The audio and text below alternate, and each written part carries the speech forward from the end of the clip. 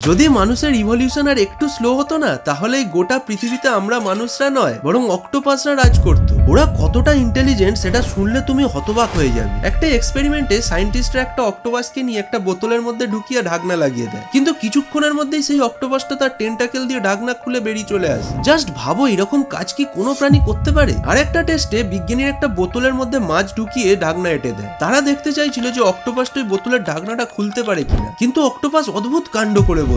ওই বোতলের ঢাকনার একটা ছোট্ট অংশ দিয়ে নিজের টেন্টাকেলটাকে ফার্স্টে ঢুকিয়ে দিল, তারপর বাইরে থেকে আর ভেতর থেকে এমন একটা চাপ দিল যে বোতলের ঢাকনাটাকে একদম নর্মালি খুলে ফেললো, আর তারপর মাছটাকে খেয়েও নিল। জঙ্গলি অক্টোপাসরা তো আরো চালাক। ওরা শামুক জাতীয় কোনো প্রাণীর সেলটা জাস্ট খোলার অপেক্ষা করে, আর যেই সেলটা খোলে অমনি ওরা একটা পাথর নিয়ে ওখানে আটকে দেয় যাতে সেলটা আর বন্ধ না হতে পারে, আর সেই সুযোগে ওরা সেই প্রাণীটাকে আরামসে খেয়ে নিতে পারে। কিছু কিছু অক্টোপাস তো দেখা জিনিসকে নকলও করতে পারে, এমনকি মানুষের দুপায়ে হাঁটার ভঙ্গি পর্যন্ত। এবার আসল মজার ব্যাপার হলো, অক্টোপাসের কিন্তু একটা ব্রেন নয়, 9খানা ব্রেন থাকে লিটারেলি। একটা বড় ব্রেন তাদের মাথায়, আর বাকি 8টা তাদের টেন্টাকেলস এর গোড়ায়। আর এই প্রত্যেকটা টেন্টাকেল কিন্তু নিজে নিজে আলাদা আলাদা ডিসিশন নিতে পারে। যেখানে মানুষ খুব রেয়ার কেসে কষ্ট করে এক হাতে গোল আর এক হাতে চৌকো ছবি আঁকতে পারে, সেখানেই অক্টোপাসরা দিব্যি ইজিলি 8টা টেন্টাকেলস দিয়ে 8 রকম কাজ করতে পারে। এবার প্রশ্ন হলো যে এই অক্টোপাস এত ইন্টেলিজেন্ট হওয়া সত্ত্বেও এরা মানুষের থেকে বেশি সিভিলাইজড হলো না কেন? কারণ ওদের আয়ু কিন্তু খুবই সীমিত, মাত্র 2-3 বছর বাঁচে ওরা। যদি ওরা পৃথিবীতে কোটি কোটি বছর ধরে রয়েছে, তাও মানুষের মতো দীর্ঘ যদি ওদের আয়ু হতো না, তাহলে হয়তো এই গোটা পৃথিবীর শাসক আজকে মানুষ নয় বরং অক্টোপাসই হতো।